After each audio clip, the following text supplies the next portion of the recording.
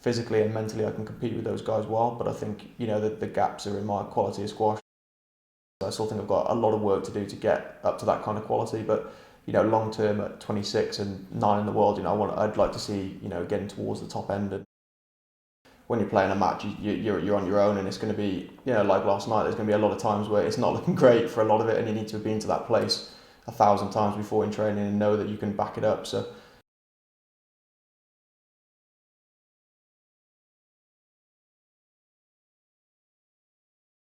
Joel, thank you for agreeing to sit down with me and have a chat. We were hoping to sit out in the sunshine, but there is no sunshine to be had today in Cairo. Let's start with the reason we're actually able to do this, because you were very close to being on an airplane, either home, either last night or this morning. You've had an unbelievable rivalry with James Willstrop over the past year, playing each other 4 times. You've now won 2 each, I think. Last night was probably the best match of all. What do you think, you know, what's your view on those matches? And was there anything you changed last night, you think, that got you through? I think it's a good clash of styles, isn't it? The way he goes about the game is quite different. And yeah, the last few times I struggled with his accuracy. The last 2 times before this, he was hitting the ball brilliantly, like last night. Yeah, just stretching me out, making me do a lot of work, getting me defending a lot. I probably didn't get enough central position in the middle of the court, but that's what he gets you to do. So yeah, I thought I took it in not as well as I'd have wanted, but I managed to stretch him out a little bit. And I thought I'd just about make the difference, even though there's a couple of points in it, really.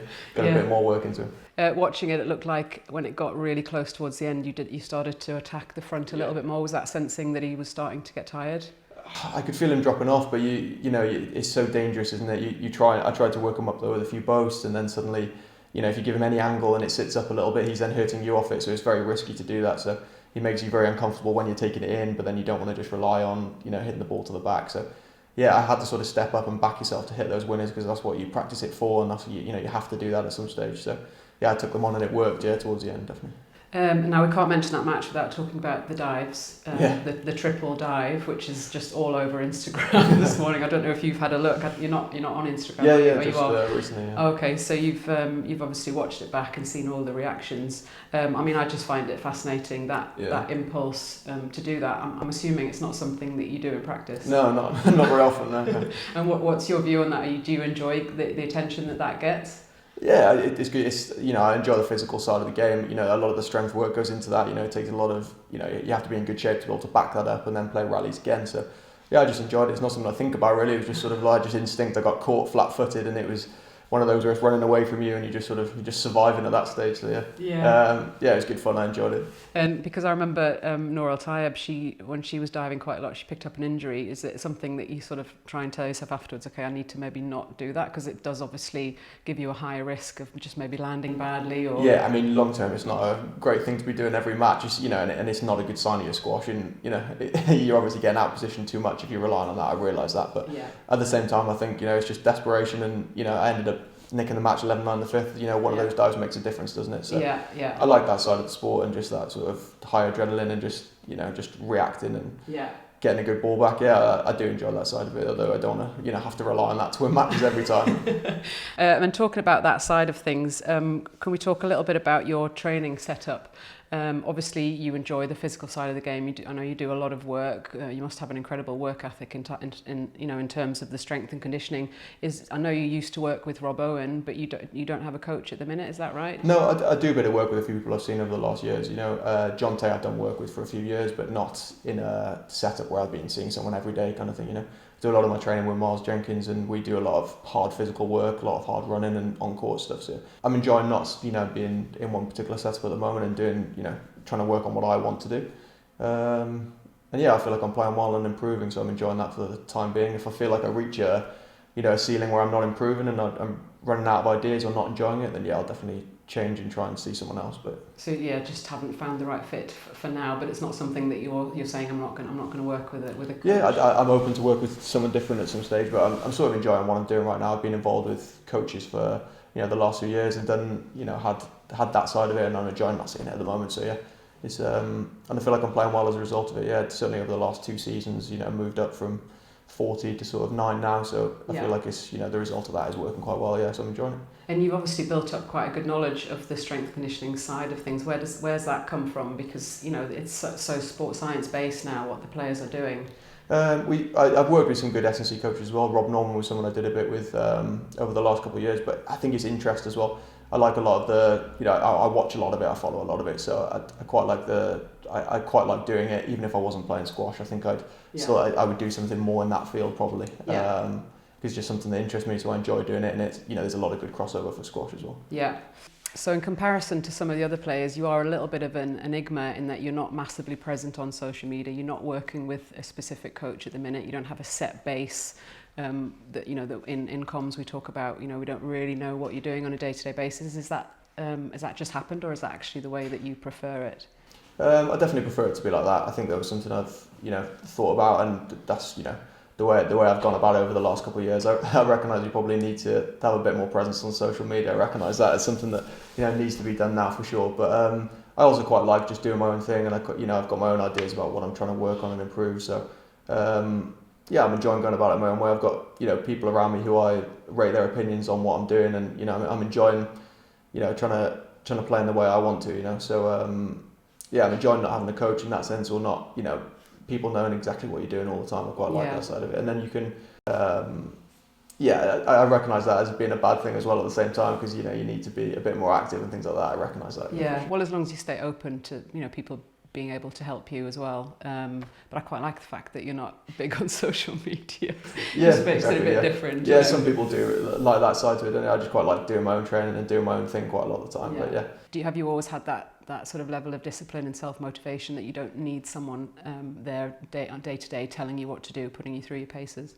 I mean, it always helps having people with you, that push you to do things. But I think when you're playing a match, you're on your own, and it's going to be like last night. There's going to be a lot of times where it's not looking great for a lot of it, and you need to have been to that place 1,000 times before in training and know that you can back it up. So a lot of my training is based around being in that situation, and if you've gone through it and your heart rate's been 200 time and time again for an hour, another hour clocked in training again, I think it sort of gives you that confidence that you can do it in a match. Because if you're constantly relying on coaches to get you up for a session or drag you to the club, or your friends you need someone to play a practice match with, it's probably not a long-term solution. If they're really talented, it might be a good way of doing it, but I don't think that's maybe the best way to go about it. Yeah, it's quite interesting considering what's happening at the minute, that obviously with COVID, players suddenly having to travel to tournaments on their own.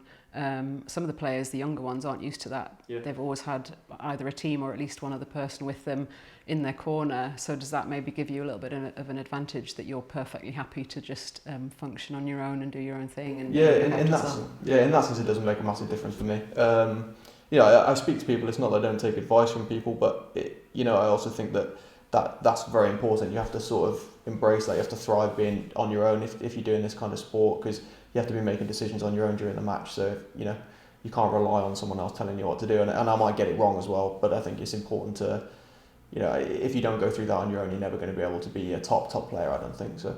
I think it's important to be able to be on your own in those situations and still try and find a way to win it. And talking about just what you referred to about the fact that you've moved up so quickly in the rankings, you're quite unusual in that you started playing professionally quite late.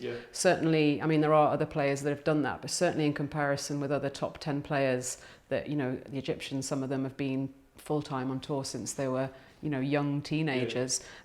You joined in 2013, so you were 20. What was the reason for that?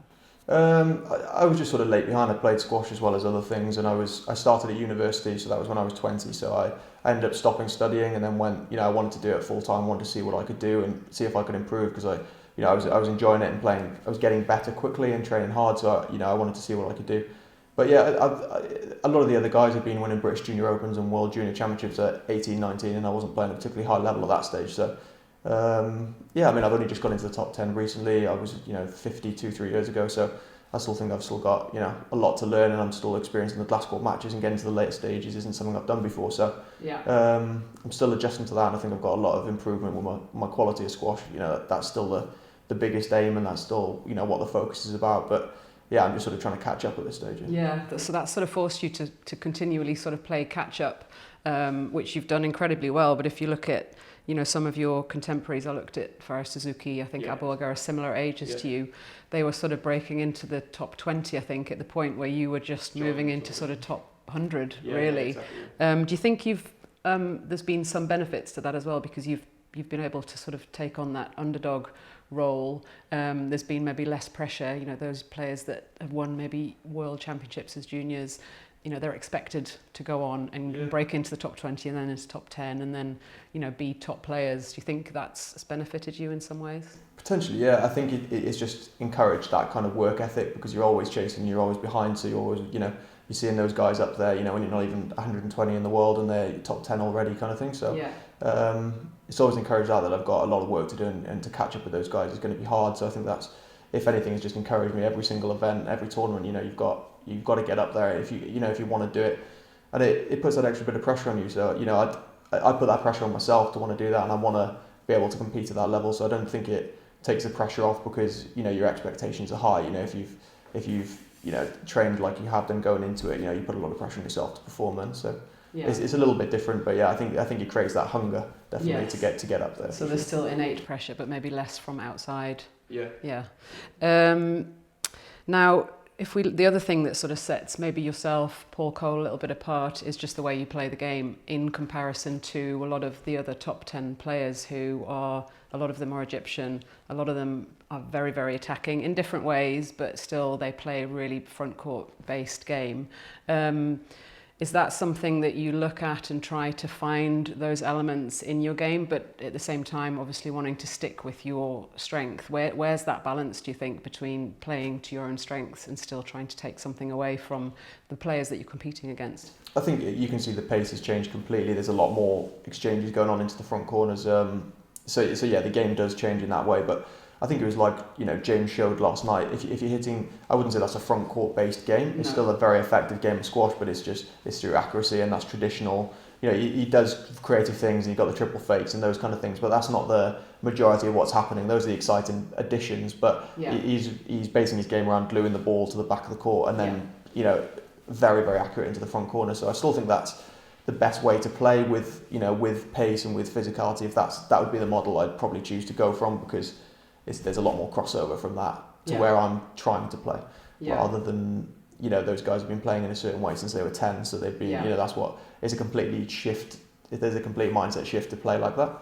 But I definitely think, as I get older, I want the quality going short to be better. That's still a priority for sure. Do you do a lot of tactical sort of analysis, like watching matches back and really working on that side of the game? I watch a lot of my matches back, and that's still, you know, I think people think the predominant, you know, a lot of my focus is on the physical side. You know, I enjoy that side, and that's, for me, was a bare minimum requirement of being a top player, is you have to be in great shape, especially if you're coming from behind. So I just had that as sort of a bare minimum when playing, but, you know, the focus of everything I'm doing is about quality of squash and improving that. Definitely. And what is the sort of the end game for you? Do you have quite specific goals, or is it a bit more abstract, as in I'll just continue to develop and then see where that takes me? Or do you have quite specific goals in mind, as in I want to get into the top 4, I want to win, you know, a major championship?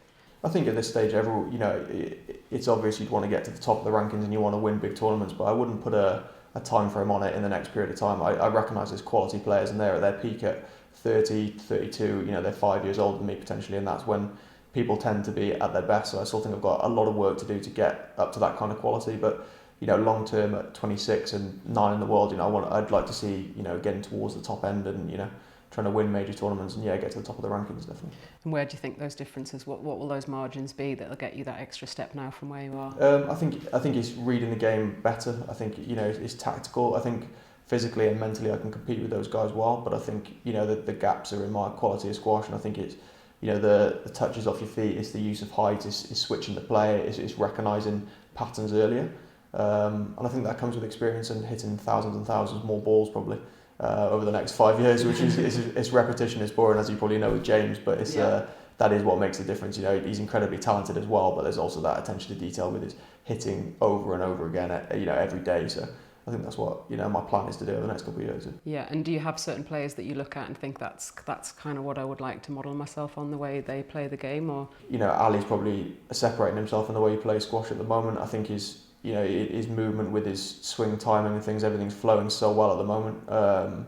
and he's making himself incredibly hard to beat. You know, mentally, Mohamed's also on that kind of level where, you know, he's come out of 6 months out and won Manchester out of nowhere, which was impressive. He's obviously lost the second round in Qatar, but he hasn't had the tournaments other people have had, so it's going to be an interesting sort of dynamic as to who takes control of that number one spot now. But yeah, I think Ali's probably movement and intelligence on the court is probably the biggest thing at the moment. I think has been the most impressive. But there's been tons of players over the years, like, you know, you see James's quality last night. You see the way Nick's been able to beat the top guys consistently for a long period of time. You know, Mohamed's mentality and the way he's changed his quality and stuff over time. Yeah, you try and take, you know, bits and pieces from those kind of players. Yeah, Nick's probably a good example of someone that was sort of played that very physical type of game, but then developed much more of a yeah, definitely. Yeah, of a shot making ability, but at the right times from good set positions.